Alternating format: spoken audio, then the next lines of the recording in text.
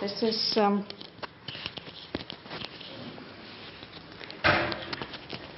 Savitri's response to death, to the god of death, who was expressing to her the vanity of the ideal, the gospel of death and the vanity of the ideal. That was the previous canto. And there systematically he went through and debunked all possible ideals: love, truth, bliss, God, even matter. You know? That's what he does. He dissolves, he destroys. But now we are reading about Savitri's answer. And we are more or less in the middle of her answer about bliss. She says that bliss is not an illusion or a delusion. It's not an impossible ideal. Everything that exists is supported by a secret air of pure felicity. If this withdrew, the world would sink in the void. If this were not, nothing could move or live. A hidden bliss is at the root of things. And she explained how that hidden bliss is hidden, hides itself. It hides itself in all the forms of our world. It doesn't reveal itself easily. It expresses itself in all kinds of things that we can grasp and recognize and experience. But at last, at the bottom of page 631, he says, at last the soul turns to eternal things. In every shrine it cries for the clasp of God. The soul aspires to feel the embrace of the divine in every material form and movement. And then is achieved the longed for miracle. We'll read on from there.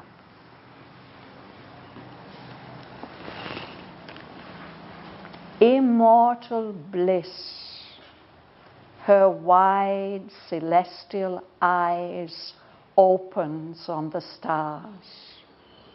She stirs her mighty limbs. Time thrills to the suffix of her amour song, and space fills with a white beatitude.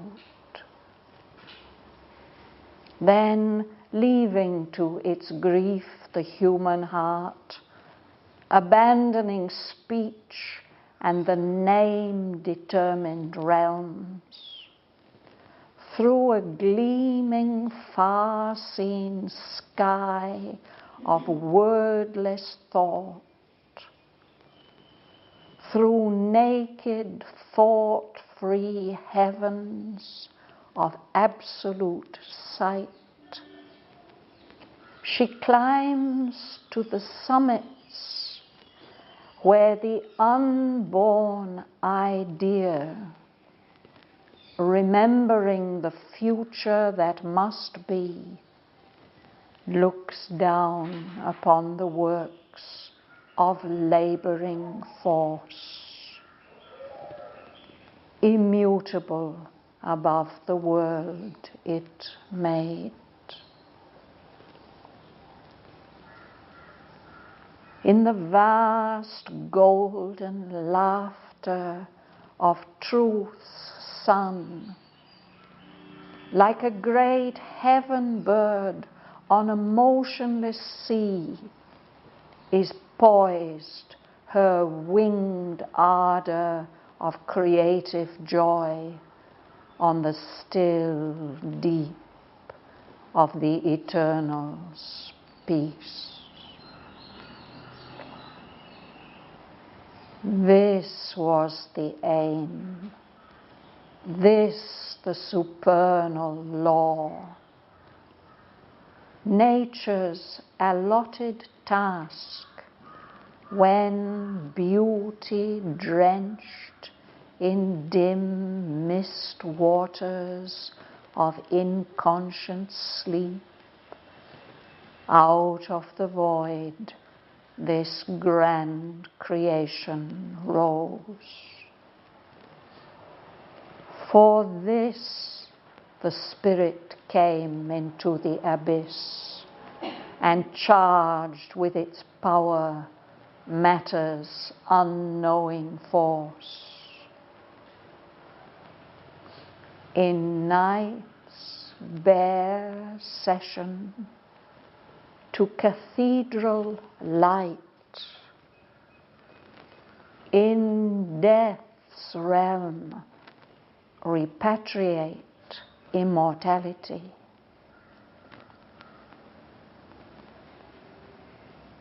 A mystic, slow transfiguration works. All our earth starts from mud and ends in sky.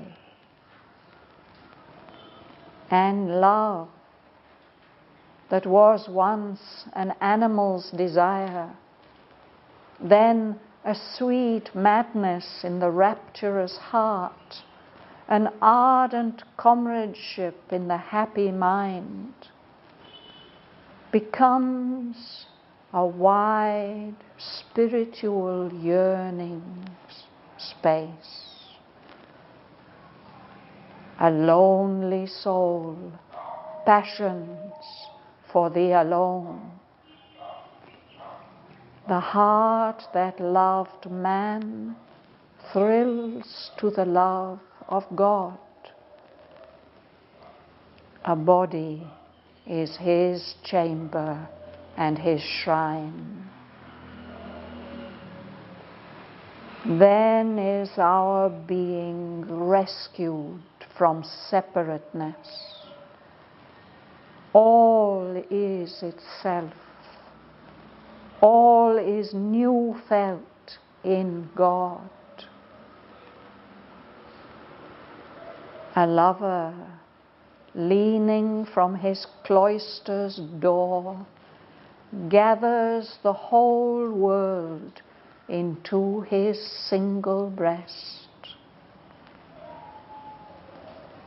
Then shall the business fail of night and death, when unity is won, when strife is lost, and all is known and all is clasped by love.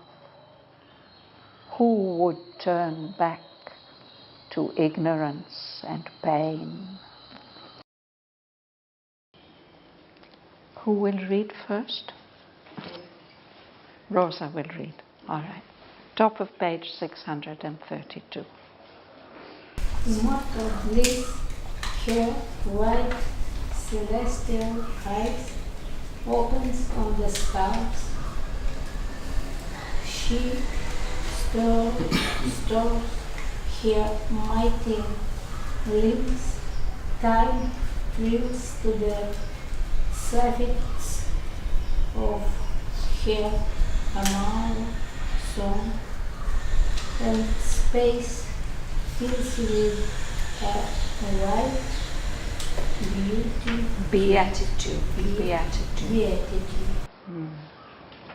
So this is telling us the experience, what comes when at last the soul turns to eternal things. And she's been speaking on the theme of bliss, of delight, the role that delight plays in the in the creation, if this secret air of pure felicity, if this withdrew, the whole world would sink into the emptiness.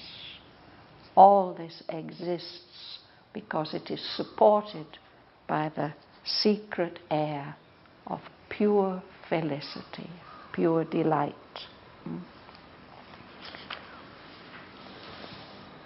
So when the soul turns to eternal things, then at last is achieved the miracle that we are all longing for. There's a beautiful flower, and they are flowering in our garden at the moment. It's divine's love governing the world. And I think that's what we are all longing for, the world to be ruled not by our imperfect mentalities, our lower nature, but by the divine's love.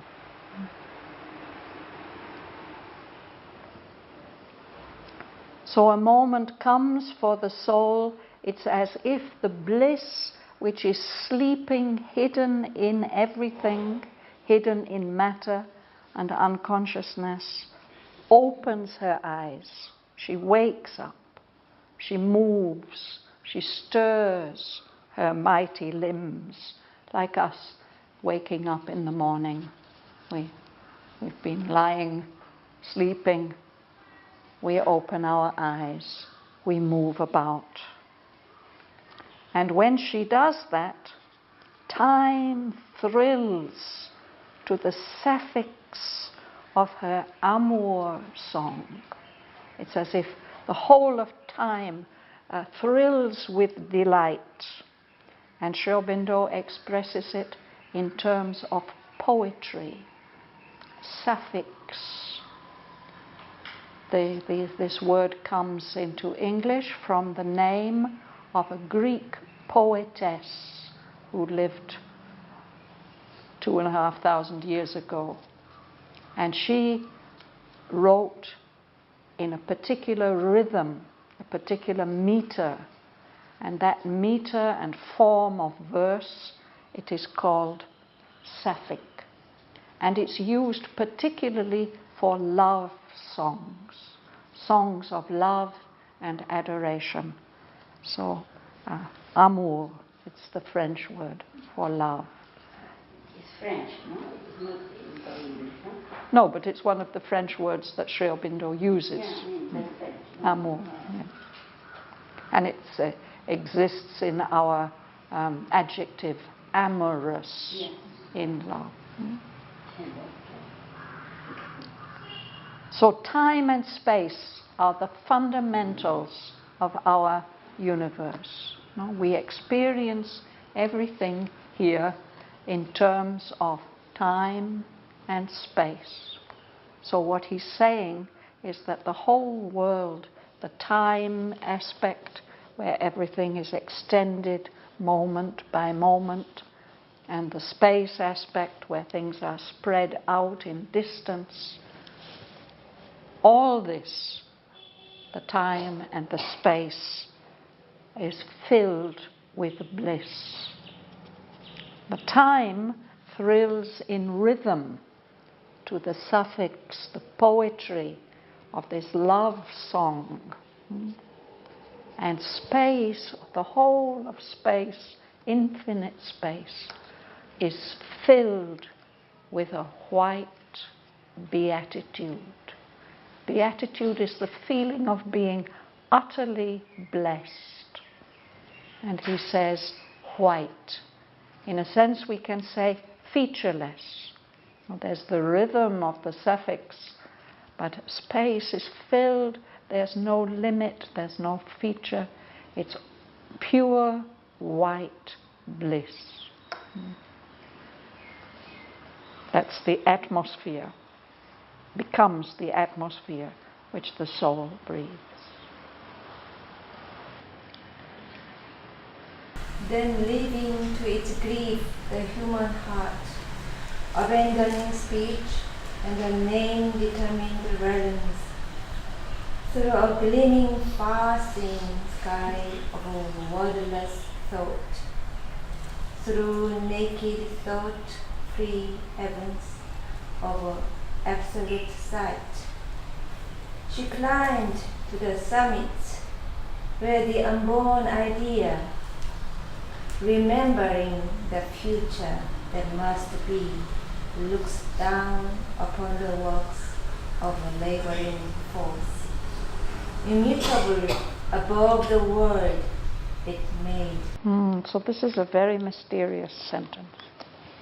This bliss which has been sleeping in matter, no, wakes up, and it's as if it leaves our world, leaving to its grief the human heart. She leaves it behind, and she starts rising to higher and higher levels. She goes beyond the realm of speech, the mental realm. And this world which is determined by names. If you don't have a name for something, you can't really grasp it until you give it a name. That's what our mind needs to do. So name and form go together, and very difficult to separate them. But that's what she does. She moves away from this realm where all our thinking and perception is determined by forms and names for them. She rises up through, as if through a sky, which we see from a distance, or she begins to see it from a distance, a sky where thought is wordless. It doesn't need to express itself in words. It's like a sky, a level of atmosphere. And even higher than that, there are naked, thought-free heavens, where there's no thought. It's not only the thought is wordless, there's no thought at all, there's a direct perception, sight. Thought-free heavens of absolute sight, where whatever is known or perceived is known directly without any intervention of thought. And she goes on moving higher until she climbs to the summits, the very highest levels, where the unborn idea is looking down on the world. Idea with a capital I.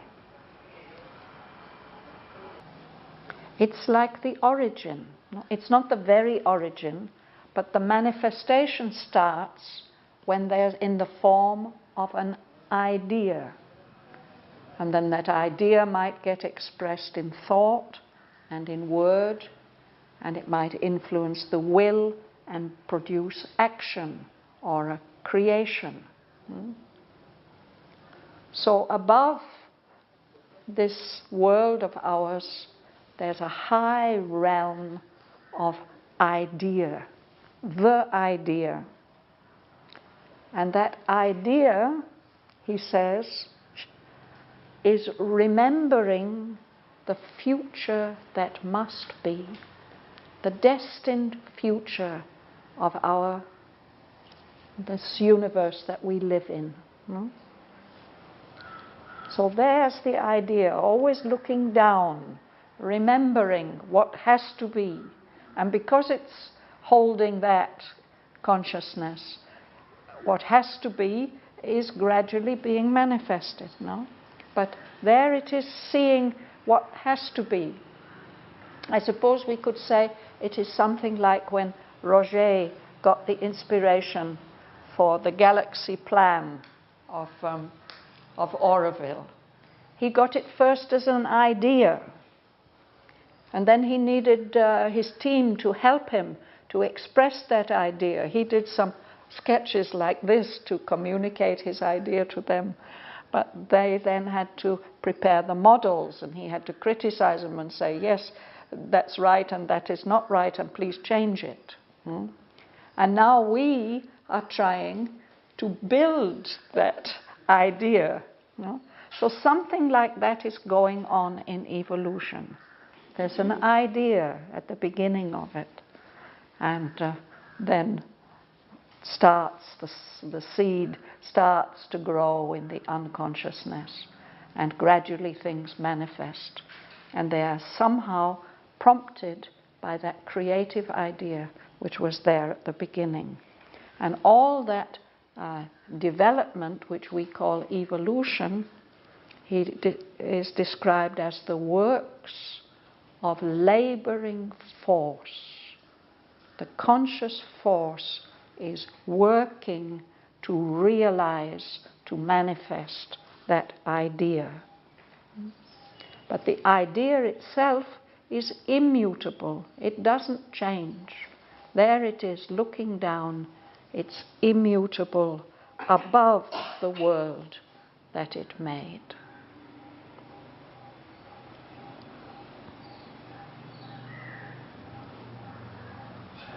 Yes. I think I understand what you're telling about the idea. Even I understand the unborn idea, I can imagine something with it. But how I can remember the future and at the same time having an unborn idea, that's difficult for me. So this happens in the timeless realm. Before everything gets spread out into time and space, it's all seen together. If you have an idea, it is like that. You get an idea, and then you work it out. Same time. But through time and through space, no? Yeah. I think what it is, remembering the future is that it's trying to imagine the future. So remembering is going through that, how that should be, just coming again to that remembering. And the unborn is, I think, refers to the material work. It hasn't, not the unborn idea, because it cannot be the unborn idea. No, here in this case, it means the idea which the transcendent being, creative being, had at the very beginning. And this idea actually corresponds in Aurobindo's philosophy to the supramental realm. Yeah. This for me touched the connection Aurobindo with Heraclito. Everything happened at the same time. I mean, it's nothing like the before you're born, after, It's like, everything is touching. You remember the future because it's in the same moment. For me, that's this idea. We could, if we say when, it's already wrong. But we can imagine a state in which all potentiality is coexistent. And then there's an idea, an intention, a creative intention, which says, let's see what happens if we spread all this out. If we spread it out successively in time, if we spread it out in space, if instead of all this being in the consciousness of one, of the one, we sprinkle it out into many, many different individual consciousnesses. In thought forms, we can say like that. In thought forms, the idea will manifest as thought forms. First, perhaps it manifests as soul forms, and then as mind forms, and then living forms. But all this is in the involutionary process, Then, in that involutionary process, all these planes of existence somehow come into being. And then, when all that is squashed together, kaleidoscoped together into matter, apparently unconscious matter, it starts to slowly, step by step by step by step, gradually come out. I suppose it's something like a plant producing a seed, and then it lets the seed go, and gradually the seed, if it falls in favorable conditions, it carries out the idea that's coded in to that little seed. Gradually the big tree manifests, something like that. These are only ways for us in our mental state to begin to imagine how it really is. Does that answer your question, Tom? So, in that highest summit, that comes in the next sentence, will you read, Anandi? In the vast golden laughter of truth's sun, like a great heaven bird on a motionless sea, is poised her winged ardor of creative joy on the still deep of the eternal's peace. Yes, beautiful lines. So this is the bliss then on that highest level, we can say in the Ananda state or the Ananda world. Then it's as if she's a bird, a beautiful, great heaven bird, and she's basking in the light, the vast golden light, laughter of the sun of truth, which is spreading out its light, its energy.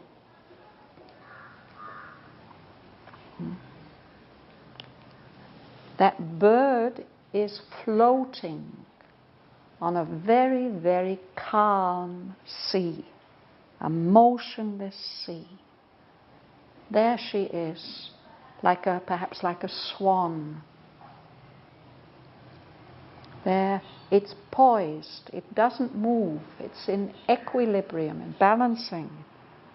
Her winged ardor of creative joy is poised on the still deep, the ocean, the unmoving ocean of the peace of the eternal.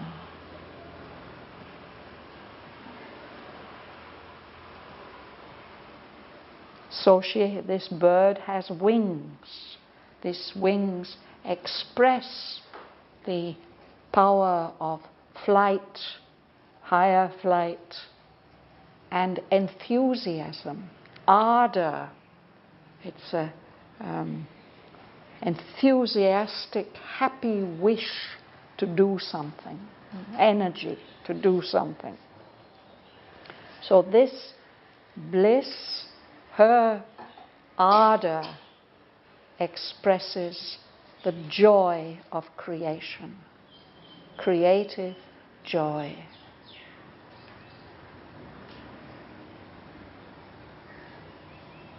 This is in the highest state, before the...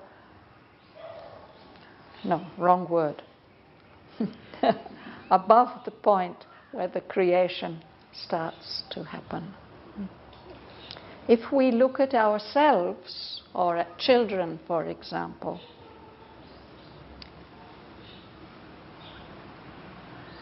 perhaps the greatest joy we can get is through expressing that creative joy, or allowing that bliss of creative joy to express itself through us. Yesterday I saw a little film about some tiny tots, 3, 4, 5 years old, who'd been taken into a forest to play. And what they did, there was one little boy, he found a big stick that he could hardly lift, but he took it and he found a flat place and he laid it out there, and then he found another stick that he could put across it the other way. Very carefully he balanced it. And then he called his friends and he said, "It's an aeroplane. Where do you want to go?" So they all climbed on board. They were flying. Beautiful. Yeah, sorry, creative joy. And as I read these lines, I mean, I think what creative joy Sri Aurobindo must have experienced as they came through. Yeah. So now you can read Anandi. This was the end. This the supernal road. Nature's alone task from beauty drenched in dim mist waters of unconscious sleep. Out of the void this grand creation rose. For this the spirit came to the abyss and charged with his power matters unknown force. Night's birth session to cathedral light, in death's realm repatriated immortality. Yes. To reach that highest state of fulfillment, when the immortal bliss of our soul reaches that highest level of fulfillment. This was the aim. That's why the manifestation happened. This is the law, the supreme law that's built into our manifestation, that this fulfillment should happen. This is the task that was given to nature, to the creative force working in matter. And then the description of the creation, when out of the void, out of the emptiness, this grand creation rose. It happened. Nowadays, the scientists tend to think of it as a great explosion, the Big Bang. And perhaps it didn't take long, but that the coming into being of this manifestation, it happened.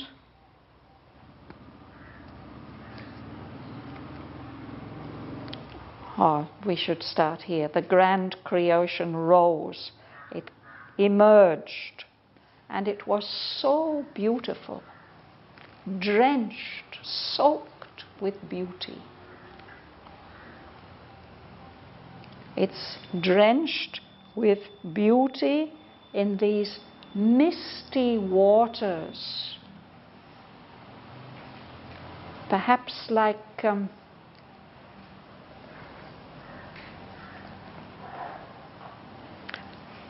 you blow up a bubble and it bursts. There's tiny little droplets of water. So like that, soaked with that beautiful water, these dim mist waters. Mist is made up of tiny little droplets of water. There's not much light in them because these waters are waters of sleep. The consciousness is withdrawn. It's not expressed outwardly as this vast creation emerges out of the nothingness, out of the emptiness. The intention at that time when the first manifestation in matter began. And what was intended was the fulfillment, when the soul wakes up to bliss. And for this experience, the spirit left its blissful oneness above, plunged, dived down into the deep, dark emptiness, and charged with its power the unknowing force of matter.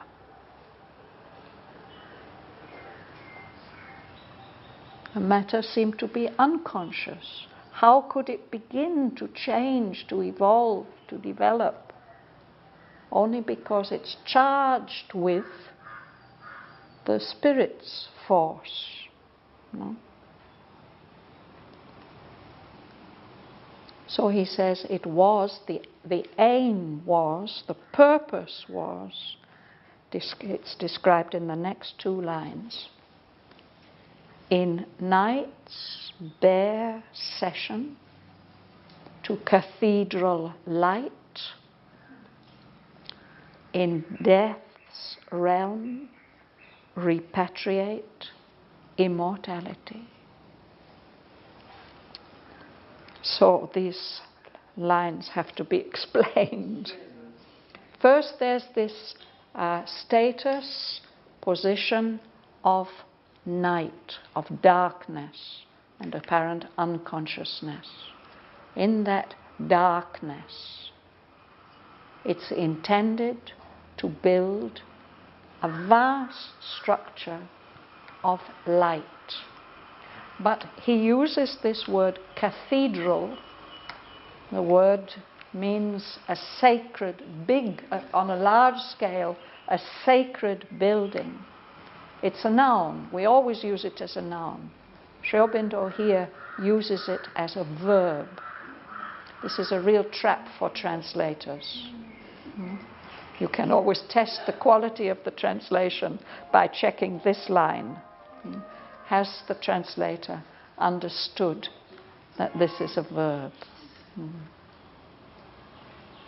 To create a cathedral out of light and for light.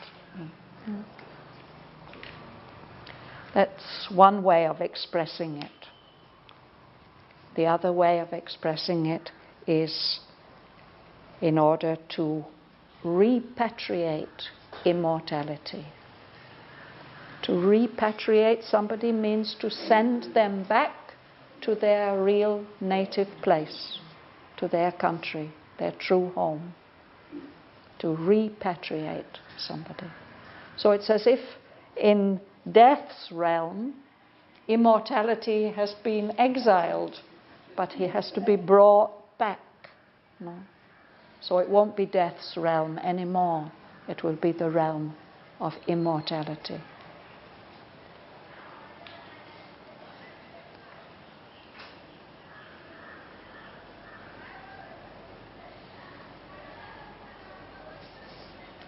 One more sentence. Mila, please.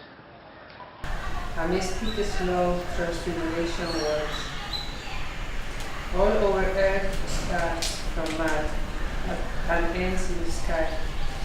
And love that was once an animal's desire, then a sweet madness in the rapturous heart, an ardent comradeship in the happy man, becomes a wide spiritual journey's space. Yes. So this all happens, this transfiguration, this transformation, transmutation. Transfiguration specially means turning everything into its most divine appearance.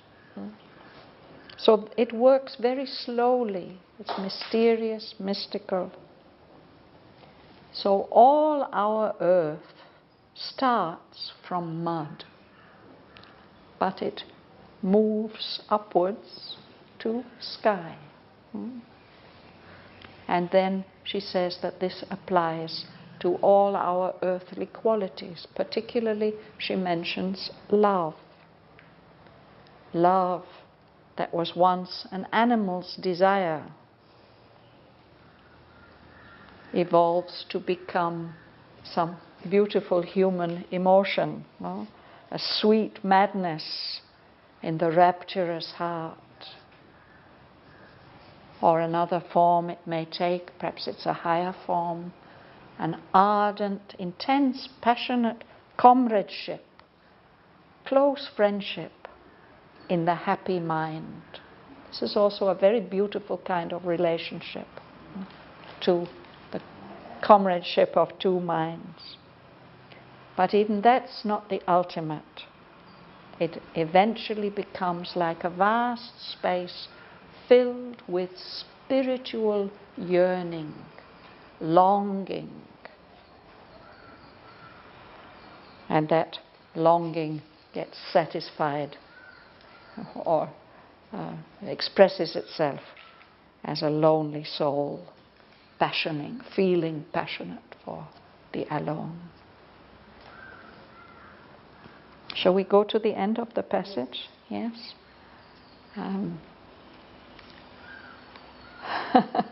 I can't see properly. Would you read? Yes. A lonely soul patient for the alone, the heart that loved man thrilled to the love of God. A body is his chamber and his shrine.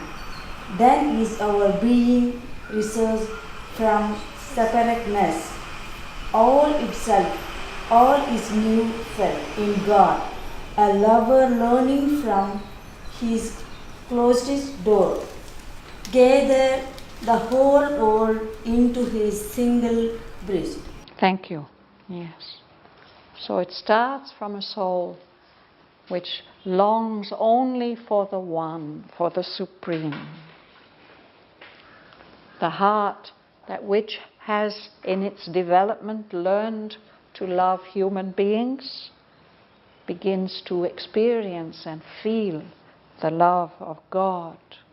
And then a human body can become the living place and the shrine of the divine himself. This is the relationship that Savitri had with Satyavan. She saw in him the supreme, the embodiment of the supreme. So when we come to that kind of divine love, then our whole being is rescued from this state of separateness that we are in now. There's an identification. We read this in Savitri on Sunday. Everything is itself. Everything is felt anew in a new way because it's experienced in the divine. And then it's as if the Lord himself leans out. He's been hiding away in his cloister. A cloister is a secluded place.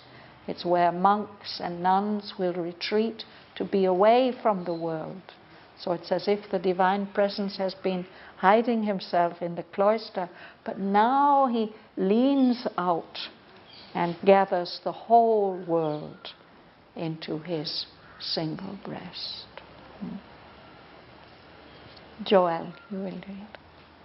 Then shall the business fail of night and death, when unity is won, when strife is lost, and all is known, and all is clasped by love.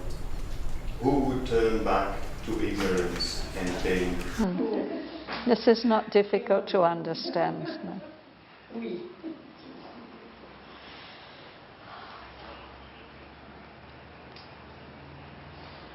This is the experience when we feel the whole world being governed by the divine's love. This is what was intended. This is the reason why we're all here. This is the reason why we agreed to leave our blissful oneness and to accept this adventure of involution and then evolution. And now perhaps we wonder why our souls thought that would be worthwhile. But when we pass through the whole process, we shall be sure, we will know that it was all worthwhile.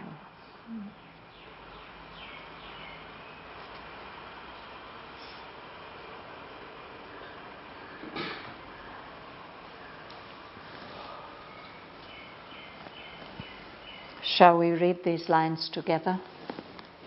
Try to read them slowly, get the beautiful rhythm and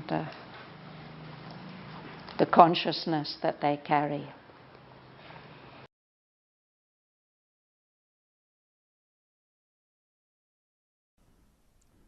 Immortal bliss, Her wide celestial eyes opens on the stars. She stirs her mighty limbs. Time thrills to the sapphics of her amour song, and space fills with a white beatitude. Then, leaving to its grief the human heart, abandoning speech and the name-determined realms, through a gleaming, far-seen sky of wordless thought, through naked, thought-free heavens of absolute sight, she climbs to the summits where the unborn idea, remembering the future that must be, looks down upon the works of labouring force, immutable above the world it made. In the vast golden laughter of truth's sun, like a great heaven bird on a motionless sea, is poised her winged ardour of creative joy on the still deep of the Eternal's peace. This was the aim, this the supernal law, nature's allotted task when beauty drenched in dim mist waters of inconscient sleep, out of the void this grand creation rose. For this the Spirit came into the abyss, and charged with its power matter's unknowing force. In night's bare session to cathedral light, in death's realm repatriate immortality. A mystic, slow transfiguration works. All our earth starts from mud and ends in sky, and love that was once an animal's desire, then a sweet madness in the rapturous heart, an ardent comradeship in the happy mind, becomes a wide spiritual yearning's space. A lonely soul passions for thee alone. The heart that loved man thrills to the love of God. A body is his chamber and his shrine. Then is our being rescued from separateness. All is itself, all is new felt in God. A lover, leaning from his cloister's door, gathers the whole world into his single breast. Then shall the business fail of night and death. When unity is won, when strife is lost, and all is known, and all is clasped by love, who would turn back to ignorance and pain?